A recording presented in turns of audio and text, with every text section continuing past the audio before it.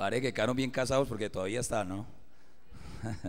Es una bendición, sí, ese día estuvimos allá y qué bueno, no sabía que el hermano también allá el Señor lo tocó, ¿eh? Ese día me decía el hermano Orbeja, ni que hubiera ido el obispo, ni que hubiera ido el obispo allá. Bautizamos 12, hicimos 4 matrimonios y presenté 25 niños. Eso es trabajo de obispo allá en ese. Solo que dije que era muy bueno el lugar, muy agradable, pero que no volvía. Porque es que la llegada ya es dura, el Charcón, Liberia, Norí. Entonces es muy dura la llegada y yo dije, por la gracia de Dios vinimos, pero hermanos muy queridos, muy amables, pero por acá no vuelvo. Y es que la ida sabía que coger una chalupa y la subida, unas piedras, hermano, ni lo que día ya sabe. Y uno asustado, llega ya, él pasa a un punto que llama el 11, pasa a otro que llama el 14. Eso es por los números de ahogados. Cada lugar lo conocen por el número de ahogados. No, ese es el 11. Ah, es que ahí se volteó una chalupa, ahogaron 11. Allí el 14, no, es que ahí se volteó uno y se ahogaron 14. Cuando llego allá al lugar, asustado, me dicen los hermanos, no, todos los que se han ahogado han sido bajando. Ustedes se imaginan. Subiendo no se ha ahogado ni uno, todos han sido bajando. Pero gracias a Dios pues que salimos bien. Y los hermanos no, allá ha sido una bendición. Así que saludo al hermano Rodeiro y qué bueno que cante al Señor. Esta es la música que nos gusta a los viejitos. Los jóvenes de pronto, no tanto los jóvenes, pero nosotros que ya estamos viejitos nos gusta esta música que alaba al Señor. Vamos a meditar en la palabra del Señor. Evangelio según San Juan. Vamos a estos minuticos a meditar en la palabra del Señor y este tema de la mujer samaritana que lo hemos denominado la mujer sedienta que fue saciada. San Juan capítulo 4, todos tenemos ahí, conocemos el texto, así que el verso 4 solo dice ahí, y le era necesario pasar por Samaria. Padre, te ruego que en esta hora tu palabra corra y sea glorificada, Señor, y que llegue con poder a nuestra vida, a nuestro corazón.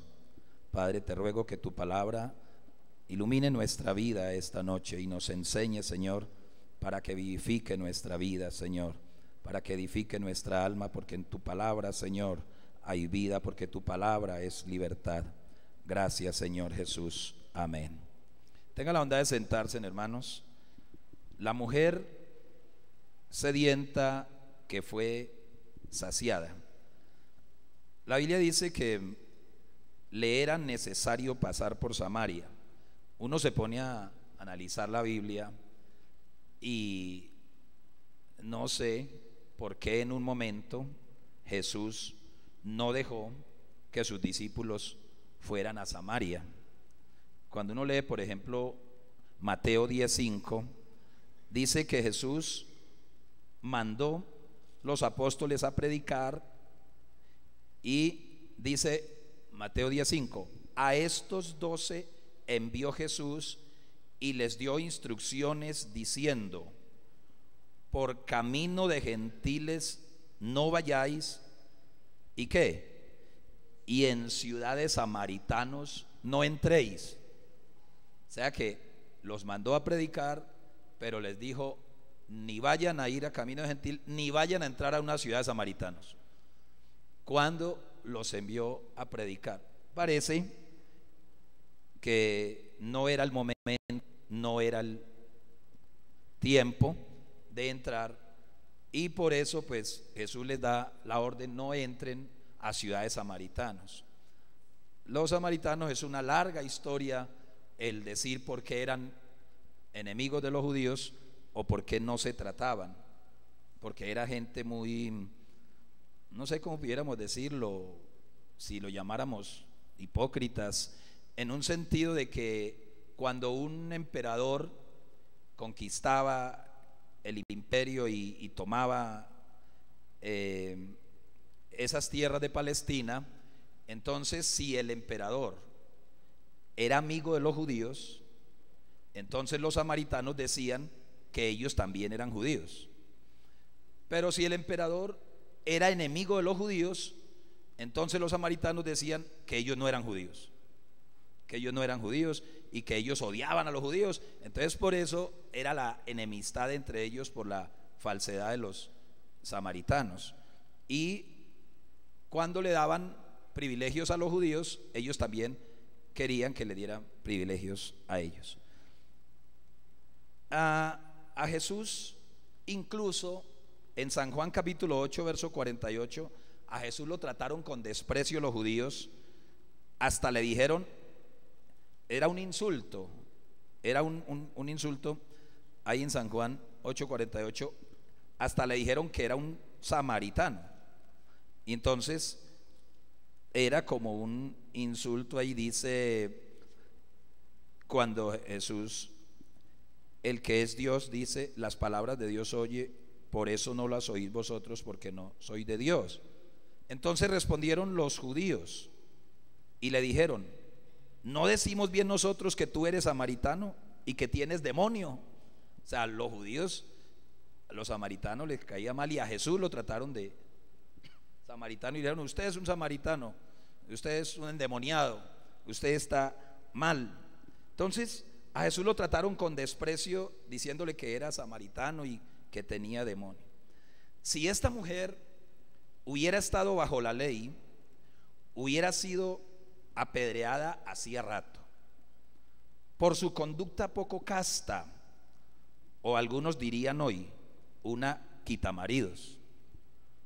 Sí, algunos dirían hoy una quitamaridos, porque ya llevaba 5 y ahora tenía el 6º, porque Jesús le dijo, 5 has tenido y el que tienes ahora lo tienes en secreto, no es tu marido, está en oculto. Entonces ya alguien le puede decir que esa mujer era una quitamaridos y que era una mujer de una conducta, no sé, baja, de 2 en conducta o de 3, como pudiera decir. Si hubiera estado bajo la ley, hubiera sido apedreada, porque los judíos permitían que una mujer solo tuviera hasta 3 maridos en momentos diferentes. Pero como ella no era judía y era samaritana, no estaba bajo la ley. Sin embargo, los samaritanos, pues ellos creían en el Pentateuco y tenían los 5 los, y ellos también se decían descendientes de Abraham, y por eso ella, cuando habló del pozo, habló y dijo, nuestro padre Jacob, que nos dio este pozo, era alguien muy grande. Ellos lo reverenciaban y Jacob para ellos era alguien muy especial. Entonces ella, de momento, cuando trata a Jesús un poco indiferente, hasta con irrespeto, cuando dice, ¿cómo usted me pide a mí de beber, que soy mujer samaritana? Llega y no saluda. Jesús se pone a mirarla ahí sacando el agua. Pienso que ella llegó, vio a un hombre ahí sentado, y como era una mujer que ya estaba prevenida con los hombres, porque pronto había sufrido muchas situaciones y por eso pues no había tenido tal vez matrimonio estables, y tenía esa idea y concepción de que todos son iguales, Entonces por obvio Jesús dijo, otro hombre ahí, y por eso no quiso saludarlo, no lo saludó, simplemente va, saca su agua. Pero cuando ya la saca, entonces Jesús le pide y le dice, mujer, dame de beber. Ahí todos conocemos, no era fácil. El pozo, dicen los historiadores, que tenía más o menos 30 metros de profundidad, 30 metros, y tampoco estaba tan cerca del pueblo, de manera que algunos dicen que quedaba casi a 800 metros de la pequeña, el pequeño caserío de Sicar, que algunos dicen que no la han podido encontrar los arqueólogos, pero dice que hay una parecida que llamaba Siquem, pero que hay una ahí que llamaba pues con otro nombre, y que de ahí al pozo de Jacob hay 800 metros, o sea que siempre tenía que caminar. Y Y entonces estaba siempre la discriminación, porque dicen algunos que las mujeres casadas podían salir en las primeras horas por agua. Las mujeres casadas salían entre la hora primera y la hora tercera, o sea, entre las 6 y 9 de la mañana. Las doncellas, las solteras, podrían salir entre la hora novena y la hora undécima, o sea, a las 3 de la tarde y entre las 5 o 6 de la tarde podían salir las solteras. Pero las de dudosa vida, las indeseables, las que no podían encontrarse con las casadas o con las doncellas porque era una mala influencia, entonces salían a pleno sol, a mediodía, a la hora sexta, con el sol caliente. Vaya, chupen ustedes el sol, aguanten el sol. Mire, hermano, siempre ha habido pues esa discriminación. Hubo una organización que se llamaba los cuáqueros. Los cuáqueros se dice, hermano Edgar, los cuáqueros, el siglo XVIII, donde era una discriminación tan terrible a la mujer, que una mujer que en un momento se desviara porque eran predicadores y supuestamente tenían el evangelio puro, pero cuando una mujer se desviaba o por algún acaso cometía una infidelidad, mientras la juzgaban, le ponían un vestido rojo y la ponían un letrero grande como un sándwich que decía: esta es una infiel, nadie la salude. Y le ponían detrás un muchacho con un tambor, y cuando ella rimaba o entraba del campo al pueblo, el muchacho, ella tenía que esperar ahí que llegara el muchacho con el tambor, y era con ese ruido para que todos supieran que ahí iban llevando una infiel, una cualquiera, que iban llevando a alguien que todo el mundo se tenía que apartar, que no la podían saludar. Entonces las de dudosa procedencia salían a esa hora, al mediodía, pero nosotros tenemos que decir que hay un Dios muy bueno, misericordioso, amoroso, que precisamente a esas mujeres y a esos hombres es que llega para salvarlos, para darnos de beber. Le era necesario, ahora sí llegó el momento adecuado, y dice: le era necesario pasar por Samaria. Entonces la historia dice que esta mujer, dice que incluso cuando una mujer era infiel en la ley y era descubierta como esta, que todo lo tenía en secreto, pero Jesús se lo descubrió, porque Jesús sabe todo y conoce todo, pero no entra a juzgar, a condenar. Ojalá que en la iglesia pudiéramos aprender esa parte de Jesús. No entra a juzgar, a condenar, y no entra a criticar, sino que Jesús, con amor, con misericordia, entra, aún conociendo la ley. Una mujer que se tuviera sospecha que fuera infiel en la ley, dice: si por algún acaso hubiere cohabitado con alguien y el esposo de pronto comience a sospechar, y el esposo dice: mi esposa me la está jugando, y le entrare un espíritu de celos, entonces él decía: no, esto es mejor arreglarlo por la ley.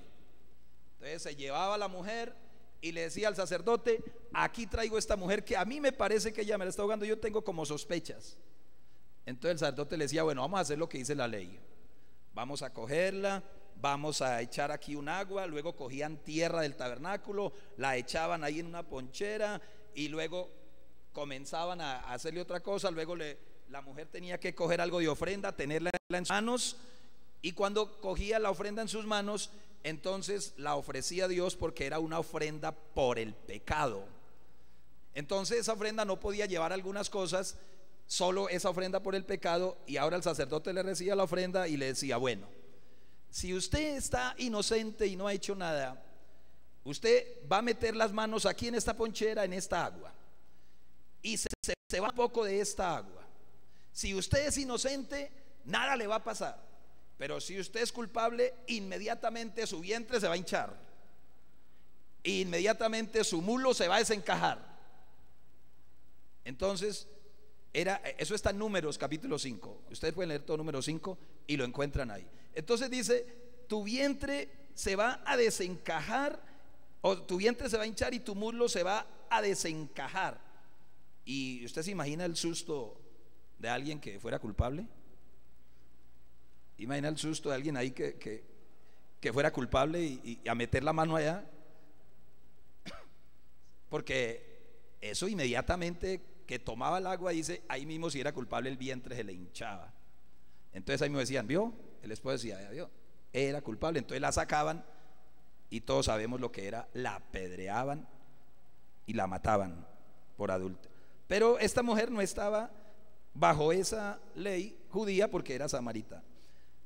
La samaritana, al ver a Jesús, se dio cuenta que era judío y decimos que le responde en actitud antipática y incluso de discusión.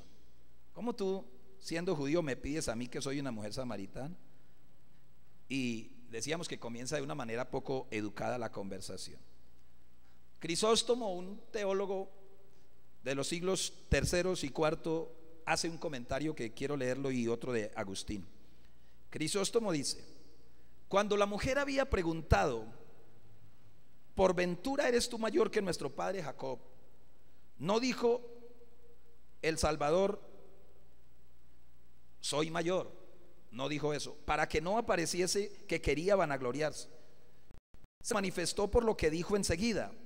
Jesús respondió y le dijo: todo aquel que bebe de esta agua volverá a tener sed, mas el que bebiere del agua que yo le daré nunca tendrá sed jamás, y se hará en él una fuente de agua que alcanza, o que alcanzará hasta la eternidad. Como diciendo, si Jacob fue admirable porque dio esta agua, si yo le doy una mejor agua, ¿tú qué dices? ¿Tú qué dirías? Si Jacob es grande porque te dio esta, y si yo te doy una mejor, ¿qué dirías tú? No hace esta comparación a modo de desprecio, sino en relación a su alta dignidad. Y no dice que esta agua es mala ni despreciable, sino que dice aquello mismo que la naturaleza atestigua, a saber que todo el que bebe del agua natural volverá a tener sed. Pero Agustín lo presenta de otra manera, en un sentido metafórico, y dice: lo cual es verdadero, ya se trate del agua material o de aquella que ésta representa, porque el agua está en el pozo y las pasiones del mundo en una profundidad oscura, de donde la sacan los hombres con la vasija de sus pasiones. El que no recurre a los deseos no puede llegar a los placeres, y cuando alguno llega hasta los placeres de esta vida, ¿no tiene sed de nuevo? Luego el que bebe de esta agua tendrá sed otra vez, mas si recibe agua de mí, no tendrá sed eternamente. ¿Y cómo tendrán sed otra vez los que estén embriagados por la abundancia del agua de Dios?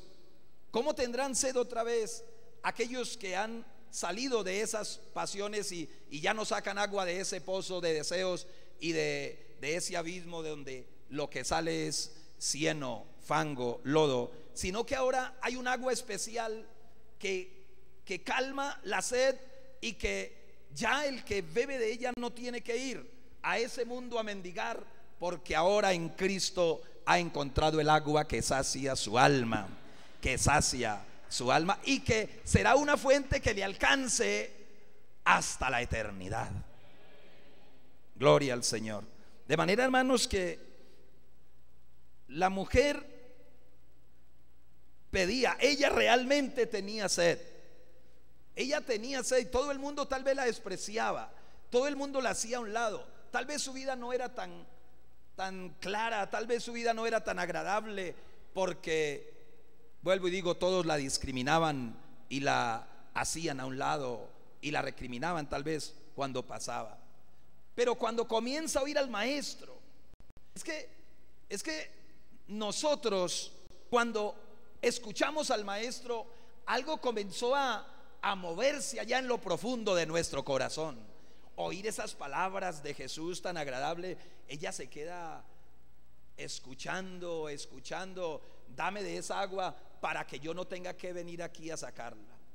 Pero la sabiduría de mi Cristo le dice: tu marido necesita de esta agua. Jesús en esa sabiduría le dice: no solo te la voy a dar a ti, ve también, traiga a tu marido para que él también beba, tráelo. Pero ella dice: no tengo marido. Se queda, ¿cómo responder? ¿Cómo decir? ¿Cómo hablar? Pero entonces dice: no tengo marido. Y Jesús le dice: bien, has dicho, es la única verdad que has dicho, 5 maridos has tenido, el que ahora tiene no es tu marido. Entonces cambia la conversación. Nuestros padres adoraron aquí, se fue a hablar de adoración. Note, ella no sigue el tema de su marido. Sígame hablando del marido. No, cambia la conversación. Pero mi Cristo, que es tan sabio, le sigue la conversación. Y cuando comienza a hablarle esas palabras tan especiales, eso comienza a hervir en ella, ya en su corazón, y está en silencio cuando ella entonces comienza a pensar: este me dijo que he tenido 5, que el que tengo ahora no es, nadie sabía.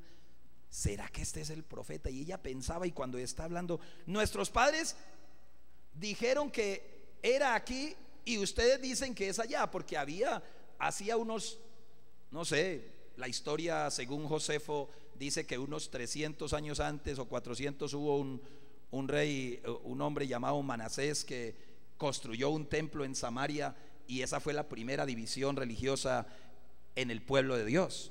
Los samaritanos que tenían deudas, problemas, o que no vivían una vida recta, entonces se iban a adorar allá. Eso pasa todavía hoy. Hay mucha gente cuando tiene problemas en la iglesia, entonces va para otra. Entonces eso ocurría allá y se iban para allá. Entonces eso se volvió ya una historia por generaciones, de que allá en ese monte, ahí donde ella estaba, el templo que había construido Manasés era donde se debía adorar, porque ella vino tal vez 400 años después. Pero los judíos todavía seguían diciendo que era en Jerusalén. Jesús no le entra en el fuego de decirle, pero sin embargo sí le recalca que la salvación viene de los judíos. Sí le recalca que la salvación viene de los judíos, pero le habla de la adoración, y cuando él comienza a hablarle, esas palabras comienzan a arder en su corazón, y ella pensaba: cuando el Cristo venga nos dirá todas las cosas. Este ya me dijo lo que yo soy, este tiene que ser el Cristo. Pero no se atrevía a preguntarle: ¿será este el Cristo?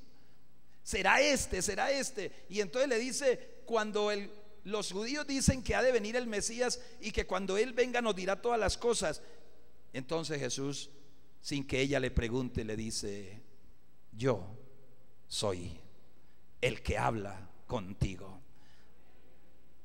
Y esa mujer que tenía sed, esa mujer que estaba saciada de agua del pozo, pero que su alma estaba seca, vacía, ahora se llena con esa palabra de Dios, y entonces se olvida o deja el cántaro y se va a compartir algo que acaba de recibir, que comenzó a surgir desde adentro al oír esa palabra. Porque el que cree en el Señor, el que tiene sed y viene y bebe en el Señor, de su interior comienza a surgir algo, comienza a brotar algo que viene desde muy adentro de nuestro ser, y es esa agua especial que Cristo nos da para saciar nuestra sed. Y esa agua que comenzó a surgir, esa fuente en ella, la impulsó tanto que dejó su cántaro y se fue a la ciudad. No le importaba que le dijeran quitamaridos, que le dijeran lo que fuera. Hermano, cuando uno conoce a Dios, no importa lo que lo digan, hay que compartir que conocí a Cristo. Cuando uno conoce a Dios, puede que le digan: ese era el borracho, Puede que uno lo primero que vas a los amigos, ese era el borracho, ese era el adúltero, ese era el fornicario, ese era aquel que hacía la vida imposible a muchos. Pero es que cuando uno conoce a Dios, uno tiene que decir: sí, yo era, pero acabo de conocer algo tan especial. Acabo de conocer algo que tengo en mí, que este río que está corriendo tiene que arrasar también a los que se encuentren conmigo, y tienen que conocerlo ustedes también. La mujer sedienta que fue saciada, el Señor, en la Biblia encontramos cantidad de personas que Dios utilizó sin importar lo que eran. Siempre la familia pide por la oveja negra. Siempre la familia pide por la oveja negra. Pero en la Biblia encontramos el caso donde la oveja negra es la que pide por la familia. La oveja negra. ¿Sabe quién era la oveja negra? ¿Cómo se llamaba? Rahab, la ramera. La ramera. Y cuando ella entiende que esos hombres son de Dios, esa oveja negra, esa mujer allá, ya había oído de Dios, pero ahora lo conoce, ahora sabe quién es. Cuando estos hombres están hospedados en su casa, y entonces ella también sacia su alma y ahora intercede por su familia. Y Dios la metió en la lista de la descendencia de Jesús. ¿Sí o no? Se casó con Salmón, un hombre judío, y entró en la lista. Por eso en Mateo 1 y en Lucas usted encuentra que de Rahab la ramera viene la descendencia, porque al Señor no le interesa que analicen Jesús cuando nace, que analicen su genealogía y quiénes son los que vienen atrás, porque el Señor no mira lo que quedó atrás, sino para dónde vamos hacia adelante con el cambio que Él ha hecho en nuestra vida. Eso es lo que Él mira, hacia dónde vamos. Aleluya. Vamos a dar hasta aquí, hermano, porque ya dejó el tiempo. Vamos a estar en pie, tenga la bondad. Y qué bueno que nosotros en el Señor hemos saciado nuestra sed. Aleluya. Aleluya.